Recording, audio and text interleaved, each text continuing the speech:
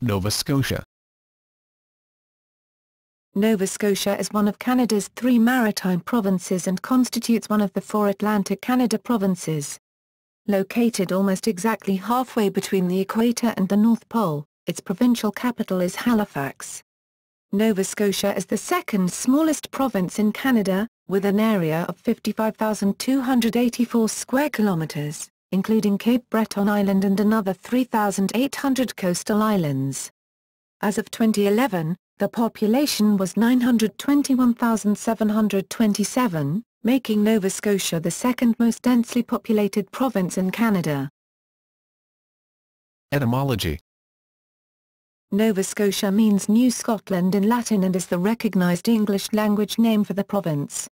In French it is called Nouvelle-Écosse, which is a literal translation from Latin to French. The province was first named in the 1621 Royal Charter granting the right to settle lands including modern Nova Scotia, Cape Breton Island, Prince Edward Island, New Brunswick, and the Gaspe Peninsula to Sir William Alexander in 1632. Geography. Nova Scotia is Canada's second smallest province in area after Prince Edward Island. The province's mainland is the Nova Scotia Peninsula surrounded by the Atlantic Ocean, including numerous bays and estuaries. Nowhere in Nova Scotia is more than 67 kilometres, 42 miles, from the ocean. Cape Breton Island, a large island to the northeast of the Nova Scotia mainland, is also part of the province, as is Sable Island, a small island notorious for its shipwrecks, approximately 175 kilometres, 110 miles, from the province's southern coast. Climate. Nova Scotia lies in the mid-temperate zone and, although the province is almost surrounded by water, the climate is closer to continental than to maritime. The temperature extremes of the continental climate are moderated by the ocean. Described on the provincial vehicle licence plate as Canada's Ocean Playground, Nova Scotia has a climate that is primarily influenced by the sea. Nova Scotia's cold winters and warm summers are modified and generally moderated by ocean influences. The province is surrounded by 4 major bodies of water, the Gulf of St. Lawrence to the north, the Bay of Fundy to the west, the Gulf of Maine to the southwest, and Atlantic Ocean to the east. History. Overview. The province includes regions of the Mi'kmaq Nation of Mi'kma'ki, Mi'kmaq. Nova Scotia was already home to the Mi'kmaq people when the first European colonists arrived. In 1605, French colonists established the first permanent European settlement in Canada and the first north of Florida at Port Royal, founding what would become known as Acadia. The British conquest of Acadia took place in 1710. It was formally recognized in 1713 by the Treaty of Utrecht. Cape Breton Island, Ile Royale, was returned to the French in the Treaty of Utrecht. What is now New Brunswick was still a part of the French colony of Acadia. The name of the capital was changed from Port Royal to Annapolis Royal, Nova Scotia. The capital of Nova Scotia was changed from Annapolis Royal to the newly established Halifax in 1749. In 1755, the vast majority of the French population, the Acadians, were expelled and replaced by New England planters who arrived between 1759 to 1768. In 1763, most of Acadia, Cape Breton Island, St. John's Island, now Prince Edward Island, and New Brunswick, became part of Nova Scotia. In 1769, St. John's Island became a separate colony. Nova Scotia included present-day New Brunswick until that province was established in 1784 after the arrival of United Empire Loyalists. In 1867 Nova Scotia was one of the 4 founding provinces of the Canadian Confederation. 17th and 18th centuries. The history of Nova Scotia was significantly influenced by the warfare that took place on its soil during the 17th and 18th centuries. The Mi'kmaq had lived in Nova Scotia for centuries. The French arrived in 1604, and Catholic Mi'kmaq and Acadians were the predominant populations in the colony for the next 150 years. During the first 80 years the French and Acadians were in Nova Scotia, there were 9 significant battles as the English and Scottish, later British, Dutch and French fought for possession of the colony. These battles happened at Port Royal, St. John, Cap de Sable, present-day Port Latour, Nova Scotia, Jemseg and Balin. During the 17th century there was the Acadian Civil War, 1640-45.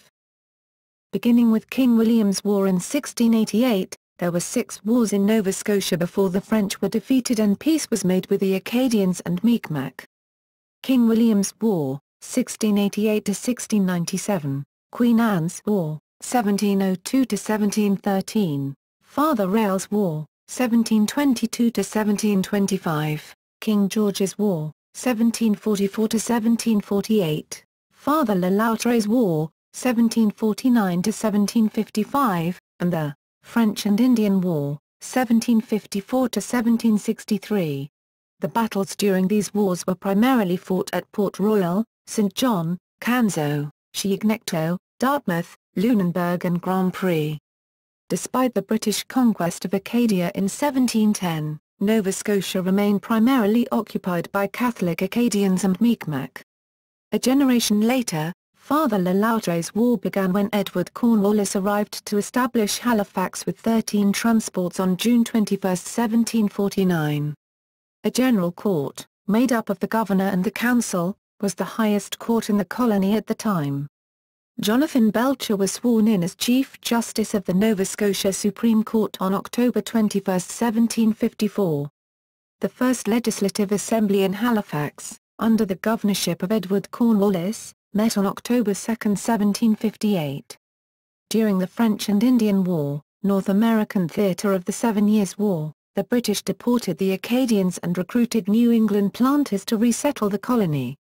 The 75-year period of war ended with the burial of the hatchet ceremony between the British and the Mi'kmaq, 1761. After the war, some Acadians were allowed to return and the British made treaties with the Mi'kmaq. The American Revolution, 1775-1783, had a significant impact on shaping Nova Scotia. At the beginning, there was ambivalence in Nova Scotia, the 14th American colony as some called it, over whether the colony should join the Americans in the war against Britain, and rebellion flared at the Battle of Fort Cumberland and the Siege of St. John, 1777. Throughout the war, American privateers devastated the maritime economy by capturing ships and looting almost every community outside of Halifax. These American raids alienated many sympathetic or neutral Nova Scotians into supporting the British. By the end of the war a number of Nova Scotian privateers were outfitted to attack American shipping. British military forces based at Halifax were successful in preventing American support for rebels in Nova Scotia and deterred any invasion of Nova Scotia. However, the British Navy was unable to establish naval supremacy. While many American privateers were captured in battles such as the Naval Battle of Halifax, many more continued attacks on shipping and settlements until the final months of the war. The Royal Navy struggled to maintain British supply lines, defending convoys from American and French attacks such as the fiercely fought convoy battle, the Naval Battle of Cape Breton.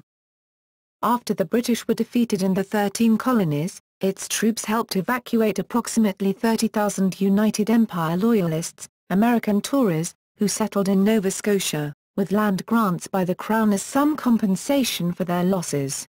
Nova Scotia was divided and the present-day province of New Brunswick created.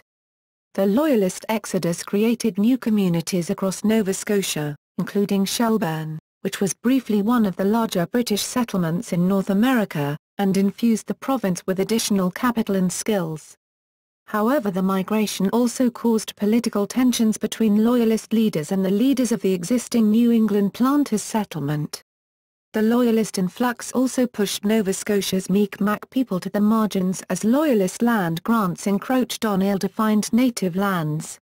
Approximately 3,000 members of the Loyalist migration were Black Loyalists who founded the largest free black settlement in North America at Birchtown, near Shelburne.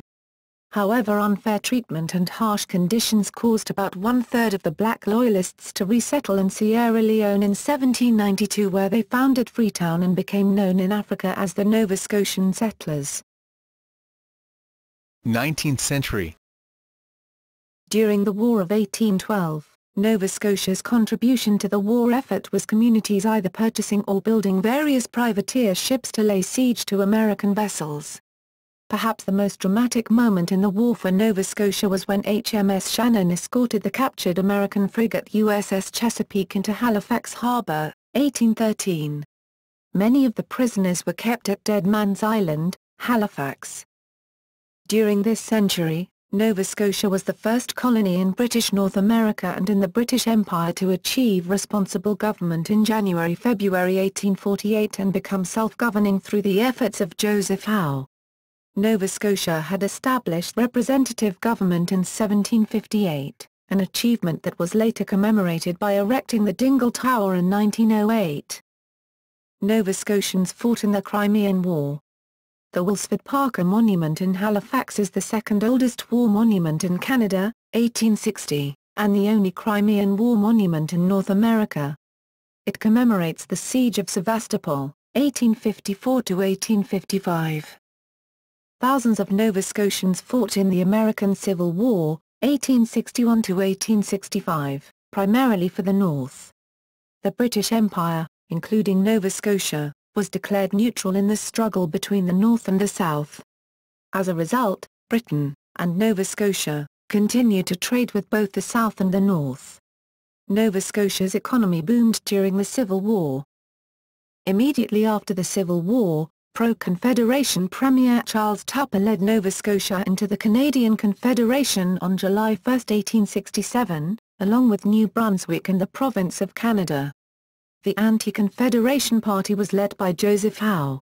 Almost 3 months later, in the election of September 18, 1867, the Anti-Confederation Party won 18 out of 19 federal seats, and 36 out of 38 seats in the provincial legislature. In the 19th century, Nova Scotia became a world leader in both building and owning wooden sailing ships in the second half of the 19th century. Nova Scotia produced internationally recognized shipbuilders Donald Mackay and William Dawson Lawrence. The fame Nova Scotia achieved from sailors was assured when Joshua Slocum became the first man to sail single-handedly around the world, 1895. This international attention continued into the following century with the many racing victories of the Blue Nose schooner. Nova Scotia was also the birthplace and home of Samuel Cunard, a British shipping magnate, born at Halifax, Nova Scotia, who founded the Cunard Line. Throughout the 19th century, there were numerous businesses that were developed in Nova Scotia that became of national and international importance: the Star Manufacturing Company, first skate manufacturer in Canada; the Bank of Nova Scotia, CIBC, Cunard Line, Alexander Keith's Brewery, Morse's Tea Company, first tea company in Canada, among others. Early in the 20th century Sobeys was established, as was Maritime Life. Demography. Population since 1851.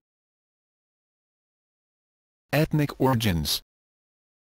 According to the 2006 Canadian census, the largest ethnic group in Nova Scotia is Scottish, 28.3%, followed by English, 28.1%, Irish, 19.9%, French, 17.7%, Aboriginal origin, 10.2%, German, 10.0%, Dutch, 3.9%, Black, 2.3%, Italian, 1.3%, and Acadian, 1.2%.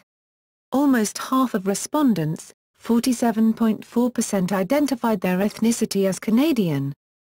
Nova Scotia has a long history of social justice work to address issues such as racism and sexism within its borders. The Nova Scotia legislature was the third in the Canada to pass human rights legislation, 1963. The Nova Scotia Human Rights Commission was established in 1967. Language. The 2006 Canadian census showed a population of 913,462. Of the 899,270 singular responses to the census question concerning mother tongue, the most commonly reported languages were. In addition, there were also 105 responses of both English and a non-official language. 25 of both French and a non-official language. 495 of both English and French. 10 of English, French, and a non-official language. And about 10,300 people who either did not respond to the question, or reported multiple non-official languages, or else gave another unenumerated response. Figures shown are for the number of single-language responses and the percentage of total single-language responses. Religion. In 1871, the largest religious denominations were Presbyterian with 103,500, 27%. Roman Catholic with 102,000, 26%. Baptist with 73,295, 19%. Episcopal with 55,124, 14%. Methodist with 40,748, 10%. Lutheran with 4,958, 1.3%. And Congregationalist with 2,538, 0.65%. According to the 2001 census, the largest denominations by number of adherents were the Roman Catholic Church with 327,940, 37%.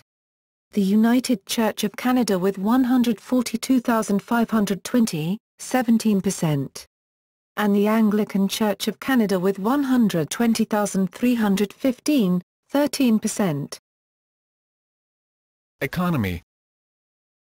Per capita GDP in 2010 was $38,475, significantly lower than the national average per capita GDP of $47,605 and a little more than half that of Canada's richest province, Alberta.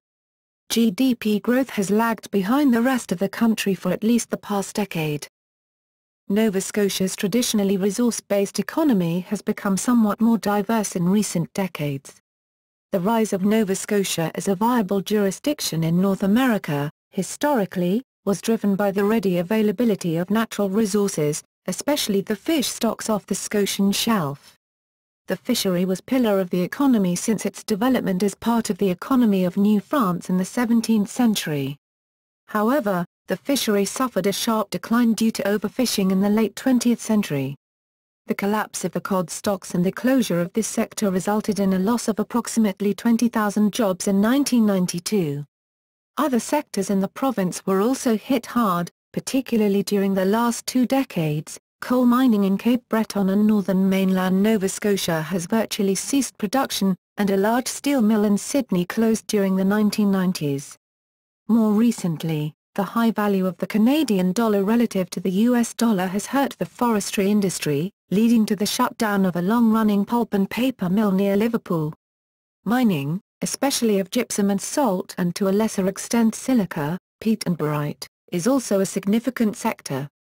Since 1991, offshore oil and gas has become an increasingly important part of the economy. Although production and revenue are now declining, agriculture remains an important sector in the province, particularly in the Annapolis Valley.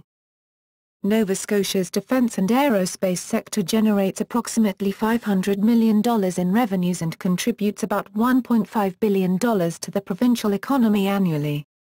To date, 40% of Canada's military assets reside in Nova Scotia. Nova Scotia has the 4th largest film industry in Canada, hosting over 100 productions yearly, more than half of which are the products of international film and television producers. The Nova Scotia tourism industry includes more than 6,500 direct businesses, supporting nearly 40,000 jobs. 200,000 cruise ship passengers from around the world flow through the port of Halifax, Nova Scotia each year.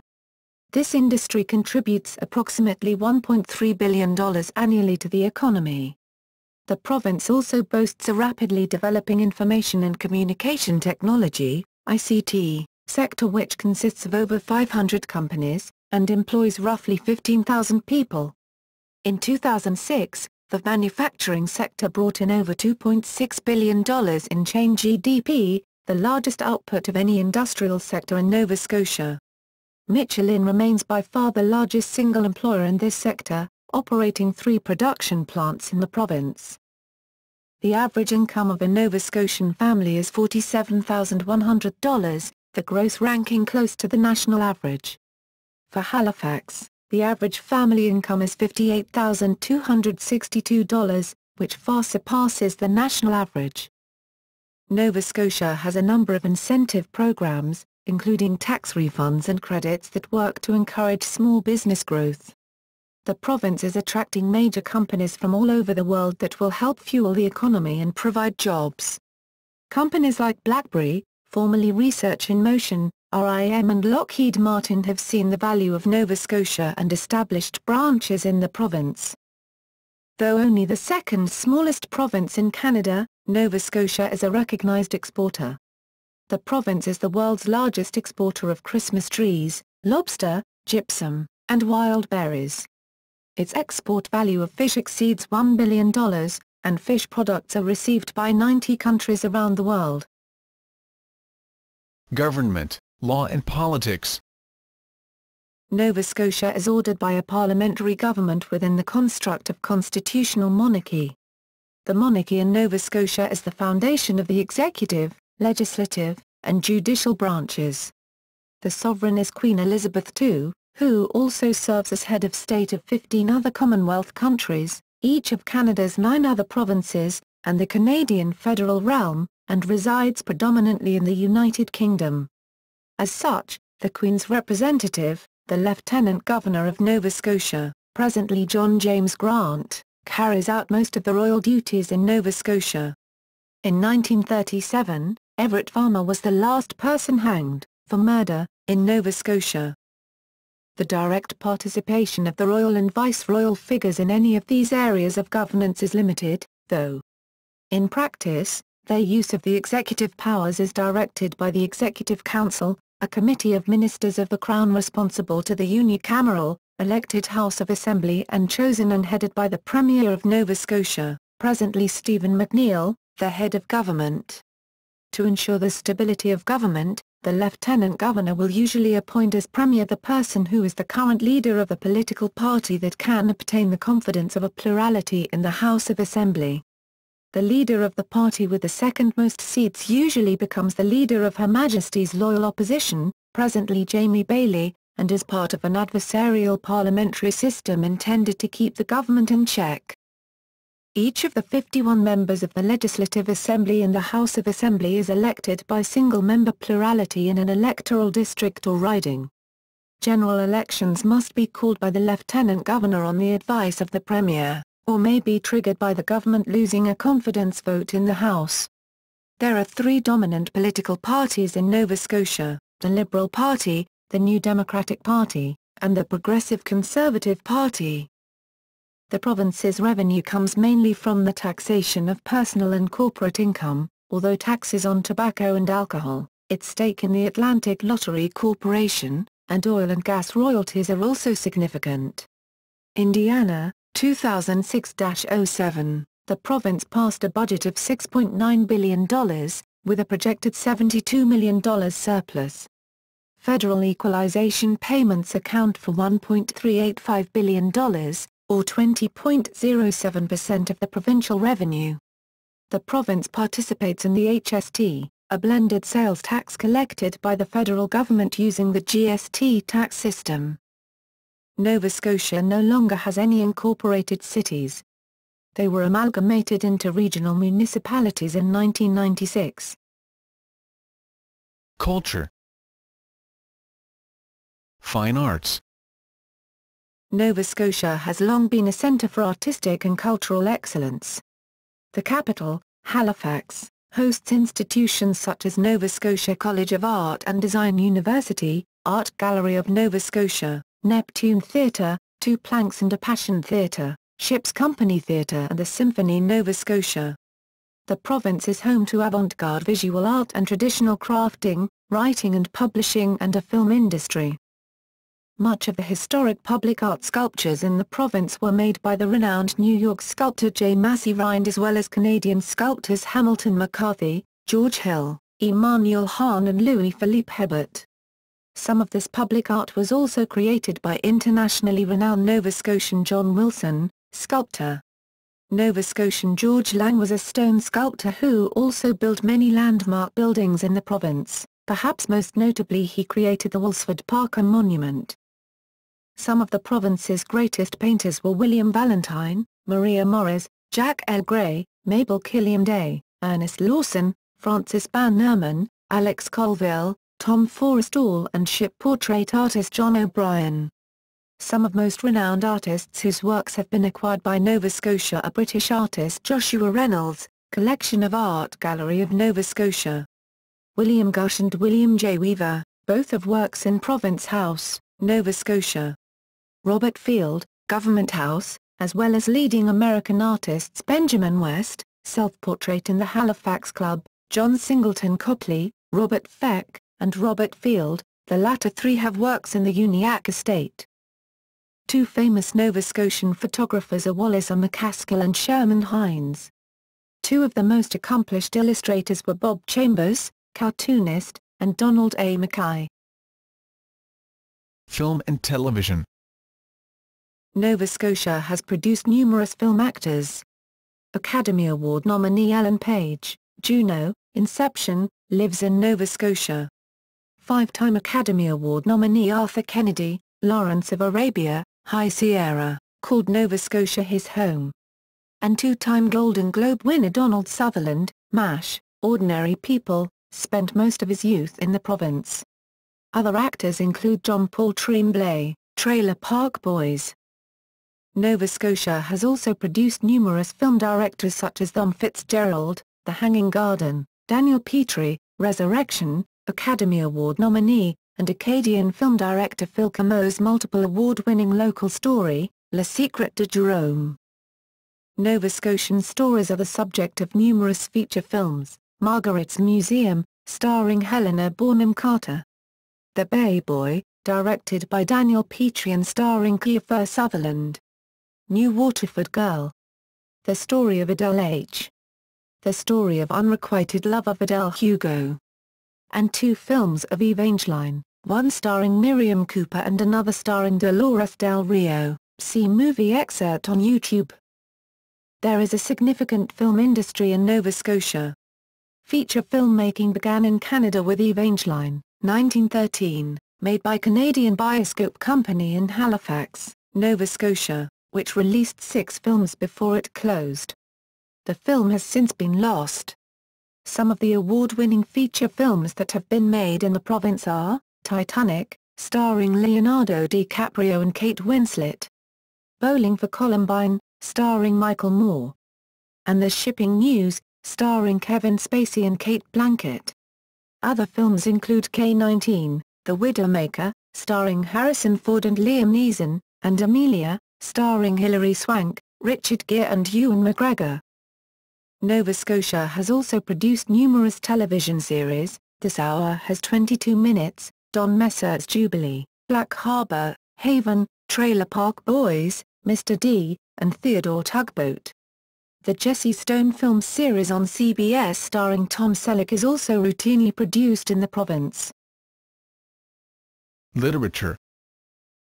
There are numerous Nova Scotian authors who have achieved international fame: Thomas Chandler Halliburton, The Clockmaker; Alistair MacLeod, No Great Mischief; Margaret Marshall Saunders, Beautiful Joe; Lawrence D. Darkine, Marco Polo; and Joshua Slocum, Sailing Alone Around the World.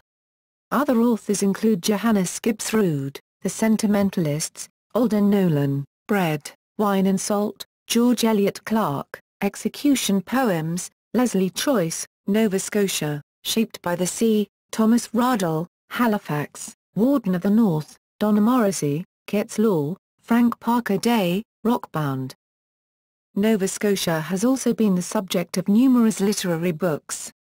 Some of the international bestsellers are, Last Man Out, The Story of the Spring Hill Mining Disaster, by Melissa Fagreen; Curse of the Narrows, The Halifax Explosion 1917, by Laura MacDonald. In the Village, short story by Pulitzer Prize-winning author Elizabeth Bishop. A National Book Critics Circle Award winner Rough Crossings, by Simon Sharma. Other authors who have written novels about Nova Scotian stories include, Lyndon McIntyre, The Bishop's Man. Hugh MacLennan, Barometer Rising. Ernest Buckler, The Valley and the Mountain. Archibald MacMecken, Red Snow on Grand Prix, Henry Wadsworth Longfellow, Long Poem Evangeline. Lawrence Hill, The Book of Negroes, and John MacFaragher, Great and Noble Scheme. Music. Nova Scotia has produced numerous musicians. The Grammy Award winners include Denny Doherty, from the Mummers and the Poppers, Anne Murray, and Sarah McLachlan. Other musicians include country singer Hank Snow, country singer George Canyon, jazz singer Holly Cole, opera singers Portia White and Barbara Hannigan, multi-Juno Award-nominated rapper Classified, Rita McNeil, Matt Mays, Sloan, Feist, The Rankin Family, April Wine, Buck 65, Joel Plaskett, Grand Derangement, and country music singer Drake Jensen. There are numerous songs written about Nova Scotia. The Ballad of Spring Hill, written by Pay Seeger and performed by Irish folk singer Luke Kelly, a member of the Dubliners, U2, see video on YouTube. Numerous songs by Stan Rogers including Blue N.O.'s, The Genie Sea, mentions Little Dover, Nova Scotia, Barrett's Privateers, Giant, and the Rawdon Hills, see video on YouTube. Farewell to Nova Scotia, Traditional. Blue Nose, Stompin' Tom Connors. She's Called Nova Scotia, by Rita McNeil. Cape Breton, by David Mills. Acadian Driftwood, by Robbie Robertson. Acadie, by Daniel Lanois, see video on YouTube. And My Nova Scotia Home, by Hank Snow. Nova Scotia has also produced some significant songwriters such as Grammy Award-winning Gordie Sampson.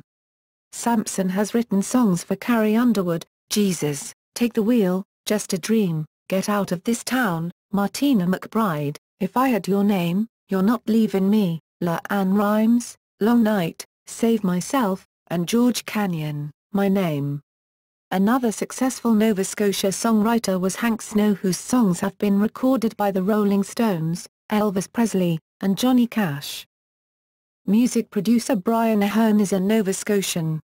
He got his start by being music director for CBC Television's Sing-Along Jubilee. He later produced 12 albums for Anne Murray, Snowbird, Danny's Song, and You Won't See Me. 11 albums for Emmylou Harris, whom he married at his home in Halifax on January 9, 1977. He also produced discs for Johnny Cash, George Jones, Roy Orbison, Glenn Campbell, Don Williams, Jesse Winchester and Linda Ronstadt.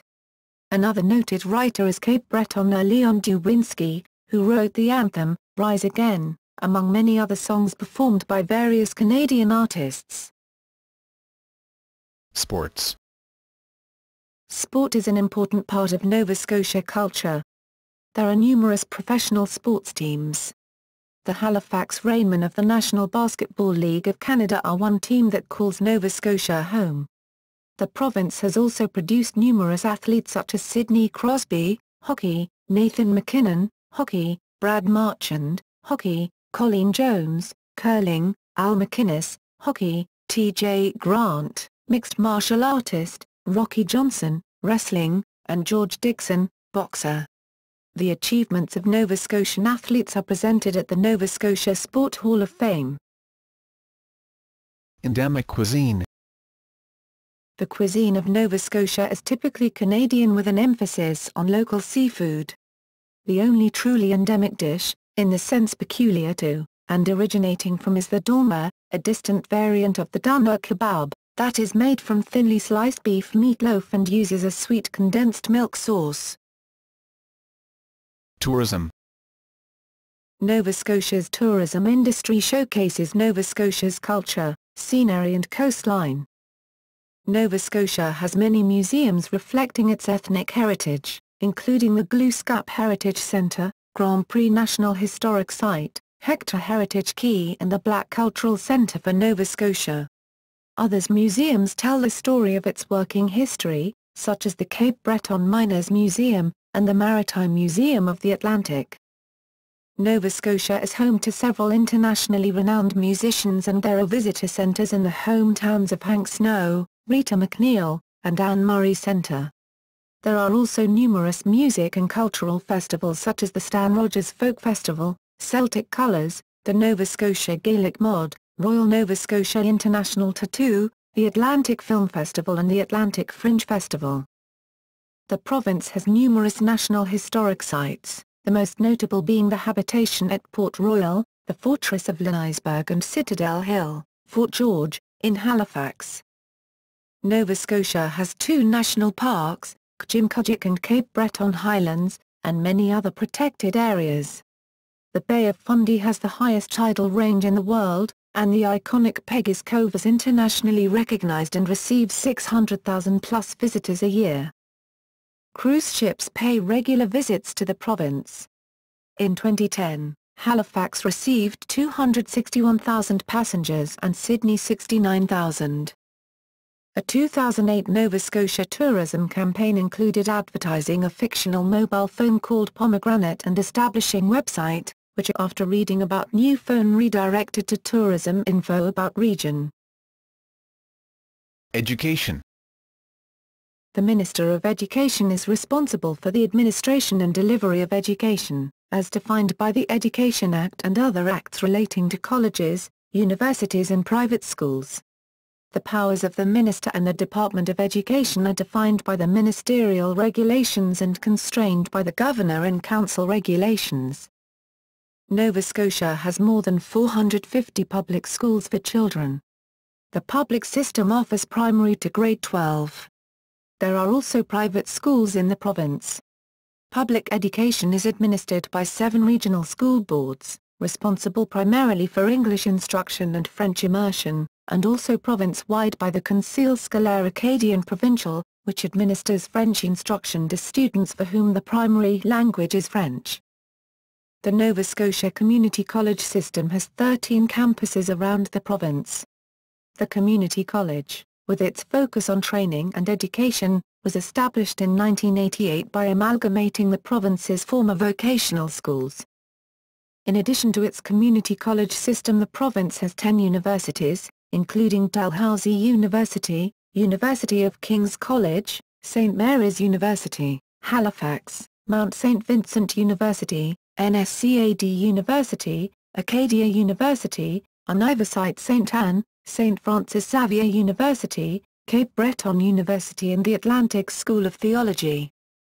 There are also more than 90 registered private commercial colleges in Nova Scotia.